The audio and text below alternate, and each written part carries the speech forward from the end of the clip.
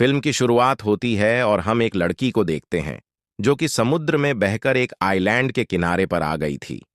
इस लड़की का नाम जैन होता है और इसके साथ इसका फ्रेंड ब्रेड भी यहां बहकर आ गया था। वह उसके पास जाकर उसे चेक करती है तो पाती है कि वह बुरी तरह से जख्मी था और कुछ ही देर में वह मारा जाता है। यह देखकर वह काफी परेशान हो जाती है और बाद में उसकी बूढ़ी को वहीं पर छोड़कर वह उस आइलैंड को एक्सप्लोर करने लगती है। लेकिन इस आइलैंड पर कोई भी नहीं होता। यह पूरा आइलैंड सुनसान था, यानी कि यह लड़की यहां पर फंस चुकी थी। इसके बाद जब वो आइलैंड में अंदर जाती है तो उसे एक जगह पर एक थैला मिलता है जिसके अंदर उसे एक लेडीज का पर्स और कुछ बच्चों का सामान मिलता है। यहां उसे एक मेडिसिन भी मिलती है जिसमें 1994 की डेट लिखी हुई थी, जिससे जैन को समझ आता है कि बहुत सालों पहले शायद यहां कोई आया था। उसे इस सामान में माचिस भी मिलती है। उसे वो अपने पास रख लेती है और वापस समंदर के किनारे आती है।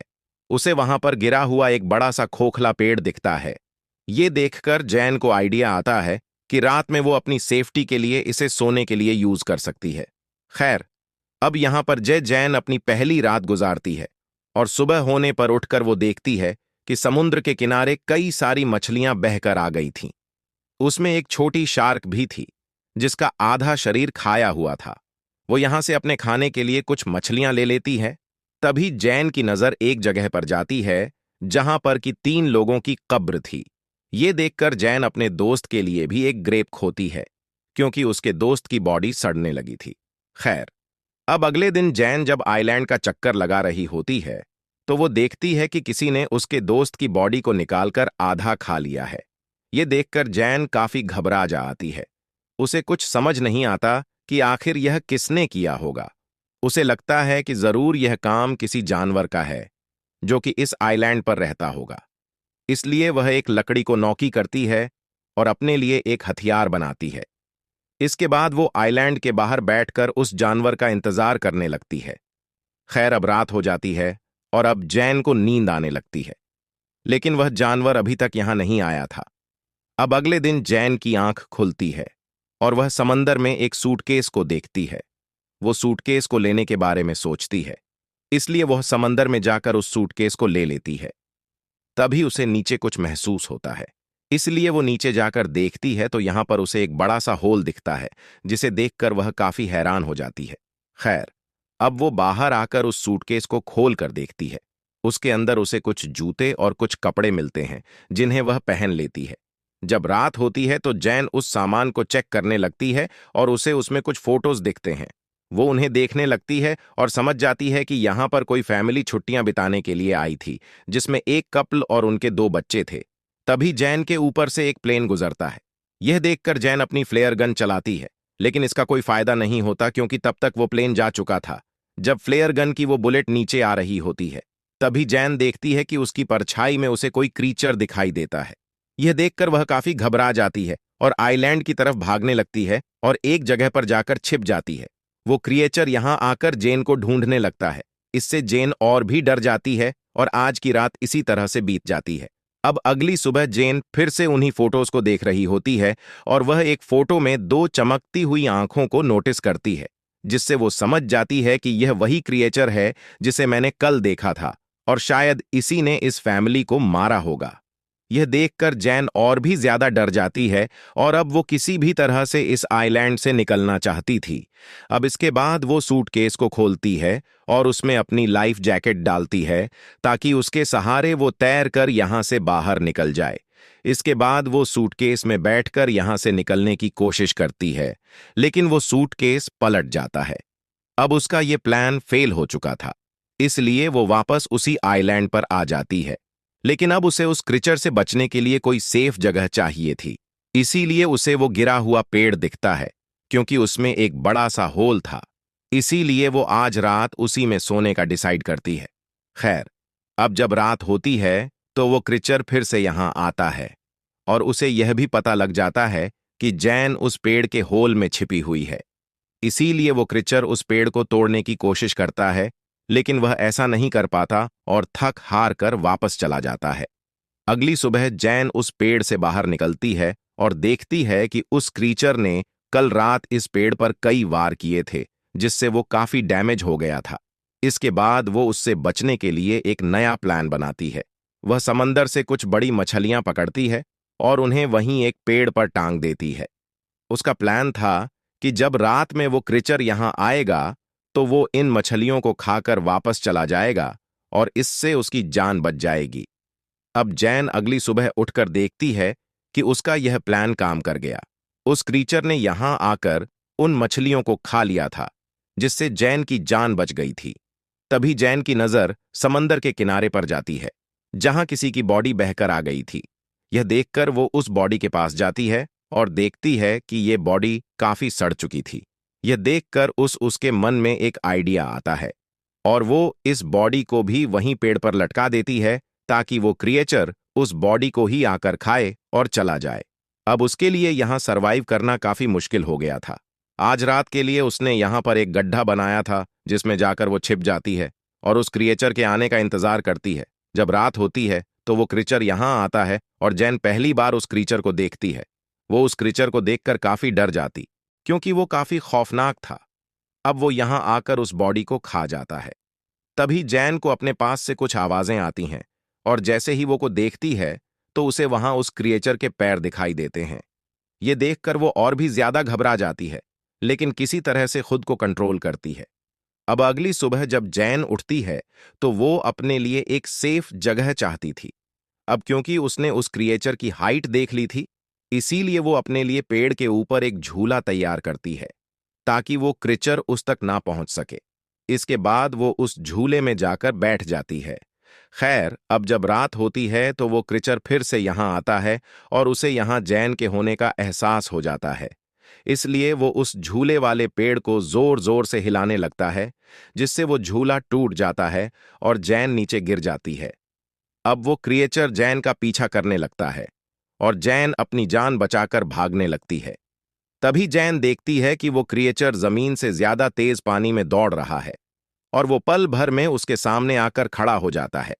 लेकिन जैन अपने उस लकड़ी के औजार को उस क्रिएचर के पेट में घुसा देती है। वो क्रिएचर जैन को उठाकर पानी में फेंक देता है और जैन खुद को किसी तरह से संभालती है। जैन देखती है कि वो क्रीचर यहां से जा चुका है और अब वो पानी से बाहर आ जाती है और वहीं एक पेड़ पर जाकर छिप जाती है। अगली सुबह जब जैन उठती है कि उसका पैर काफी जख्मी हो चुका था, इसलिए वह खुद को साफ करने के लिए समंदर में जाती है। जब वो यहां नहा रही थी, तभी उसकी नजर दूर एक राफ्ट पर जाती है, जिसमें उसके दो दोस्त थे जो कि किसी तरह से सरवाइव करके यहां आ गए थे। उनका नाम लूकस और मिया होता है। इन्हें देखकर जैन काफी खुश होती है। अब ये जैन के पास आकर बैठ जाते हैं और जैन उन्हें खाने के लिए कुछ मछलियां देती हैं। वो यहां पर इन्हें उस क्रिएचर के बारे में बताती है। वो कहती है कि हमें जल्द से जल्द यहां से निकलना होगा, क्योंकि मैं यहां पिछले 7 दिनों से फंसी हुई हूं। लेकिन लुक्स और मिया उसकी बातों पर विश्वास नहीं करते। उन्हें लगता है ये झूठ बोल रही है। वो कहते हैं कि हम पिछले 5 दिनों से समंदर में भटक रहे थे और अब जाकर हमें ये आइलैंड मिला है। ये दोनों यहां से नहीं जाना चाहते थे। अब जैन उन्हें वो तस्वीरें भी दिखाती हैं जिनमें वो क्रीचर साफ दिखाई दे रहा था, लेकिन फिर भी वो दोनों यहां से नहीं जाना चाहते थे। जैन समझ जाती है कि ये उसकी बात नहीं मानेंगे। अब इसीलिए वो इनसे छिपकर इनकी राफ्ट लेकर यहां से भागने का प्लान बनाती है। वो उनकी राफ्ट लेकर यहां से निकलने की कोशिश करती है, लेकिन वो दोनों इसे पकड़ लेते हैं। मियां जैन पर अटैक कर देती हैं, जिससे वो बेहोश हो जाती है। जब उसकी आंख खुलती है तो वह खुद को बंधा हुआ पाती है और अब रात हो चुकी थी। इसीलिए वह लुक्स को मना कर उसे खोलने के लिए कहती है, लेकिन लुक्स और मियां उसकी कोई बात नहीं सुनते। इसके बाद मियां उस साइलेंट पर घूमने के लिए जाती हैं और लुक्स वहीं जैन के पास रुकता है। इधर जब मियां वॉक कर रही थीं तो वह क्रीचर पानी से निकलकर उस पर अटैक कर देता है। उसकी आवाज सुनकर लुक्स तुरंत वहां पर जाता है, लेकिन वो क्रीचर मियां को पानी में खींच कर ले जाता है और उसे मार देता है। यह देखकर लुक्स बहुत डर जाता है। वो डरकर एक पेड़ पर चढ़ जाता है। अब सुबह हो जाती है, लेकिन लुक्स उस पेड़ से नीचे नहीं आता। अब उसे जैन की बात समझ आ चुकी थी। जैन उससे कहती है कि देखो, वो क्रीचर सिर्फ रात में आता है, वो दिन में बाहर नहीं निकलता। यह बात सुनकर लुक्स पेड़ से नीचे आता है। अब जैन लूकस से कहती है कि हमें जल्द से जल्द इस आइलैंड से निकलना होगा। अब लूकस उसकी बात मानने के लिए तैयार था। अब ये लोग कुछ मछलियां और कुछ नारियल अपने साथ ले लेते हैं। वो अपने सभी सरवाइव करने के सामान को रख लेते हैं। यहां पर लुकस काफी डरा हुआ था। जैन उसे समझाती है कि वो क्रीचर सिर्फ रात में अटैक करता है और जब तक रात होगी हम इस आइलैंड से काफी दूर जा चुके होंगे। इसके बाद जैन जाकर उस क्राफ्ट में बैठ जाती है जहां पर उसे कुछ खून बिखरा हुआ दिखाई देता है, जहां पर वह समझ जाती है कि इन पिछले 5 दिनों में इन दोनों ने सरवाइव करने के लिए जरूर किसी अपने इंसानी साथी को मार कर खाया होगा। खैर, अब ये लोग जैसे ही अपनी क्राफ्ट से यहां से निकलने लगते हैं, लूकस को पानी में वही क्रीचर दिखाई देता है। यह देखकर ये दोनों काफी घबरा जाते हैं और उस क्राफ्ट को चारों तरफ से ढक लेते हैं, लेकिन तभी वो क्रीचर उनकी क्राफ्ट में घुसकर उन पर अटैक कर देता है। यह देखकर लूकस उस फ्लेयर गन से उस पर अटैक करता है, लेकिन वो क्रीचर जैन को पकड़कर अपने साथ ले जाता है। जैन के पास एक नाइफ था जिसे निकालकर वो उस क्रीचर पर कई बार अटैक करती है, लेकिन तभी लुकस भी जैन को बचाने के लिए पानी में आ जाता है। यह देखकर वो क्रीचर जैन को छोड़ देता है और लूकस को पकड़ लेता है। वो उसे लेकर अपने उस बड़े से होल में चला जाता है। यह देखकर जैन किसी तरह से तैरकर फिर से उसी आइलैंड पर पहुंच जाती है। जैन को लूकस की मौत का काफी दुख होता है, इसीलिए वो उस क्रीचर का सामना करने का डिसाइड करती है। इसके बाद वो वहां पड़ी लकड़ियों से कई सारे नुकीले हथियार बनाती है, लेकिन ये औजार उससे कम नुकीली लगते हैं। इसीलिए वो वहां की ग्रेप को खोद है और उसमें से कंकाल को निकालकर उनसे काफी नकील हथियार बनाती है। वो उस क्रीचर को आग में जलाने का प्लान बनाती है, इसलिए वो वहां पड़ी सूखी झाड़ियों को इकट्ठा करती है और उनसे घेरा बनाती है। अब उसने अपने ट्रैप को तैयार कर लिया था। खैर, अब कुछ देर के बाद रात होती है और वो क्रीचर यहां आता है, वो भी उसी जगह पर जहां उसने ट्रैप लगाया था। तभी जैन यहां झाड़ियों में आग लगा देती है, जिससे वो क्रीचर आग में फंस जाता है और अब जैन अपने उन नौकी हथियारों से उस क्रीचर पर अटैक करने लगती है, जिससे वो क्रीचर काफी घायल हो जाता है। लेकिन अब वो जैन को पकड़ लेता है, लेकिन जैन उस पर अटैक करके भागने लगती है। तभी वो क्रीचर उसके सामने आ जाता है, लेकिन अब वो काफी जख्मी हो चुका था, इसीलिए वो वहीं पर गिर जाता है। यह देखकर जैन उस पर बहुत सारे स्टेप करती है और बाद में उसका गला काट देती है। इसके बाद अब हम देखते हैं जहां जैन ने आग लगाई थी, उससे पूरा आइलैंड जलने लगा था। यानी कि अब इतनी बड़ी आग को देखकर कोई ना कोई जैन को बचाने के लिए यहां जरूर आ जाएगा। इसीलिए जैन ने ऐसा किया था और अब इसी के साथ ये मूवी यहां पर खत्म हो जाती है। दोस्तों, अगर वीडियो अच्छी लगी हो तो वीडियो को लाइक और कमेंट करके जरूर बताएं। साथ ही चैनल पर पहली बार आए हैं तो चैनल को सब्सक्राइब भी कर ले। मिलते हैं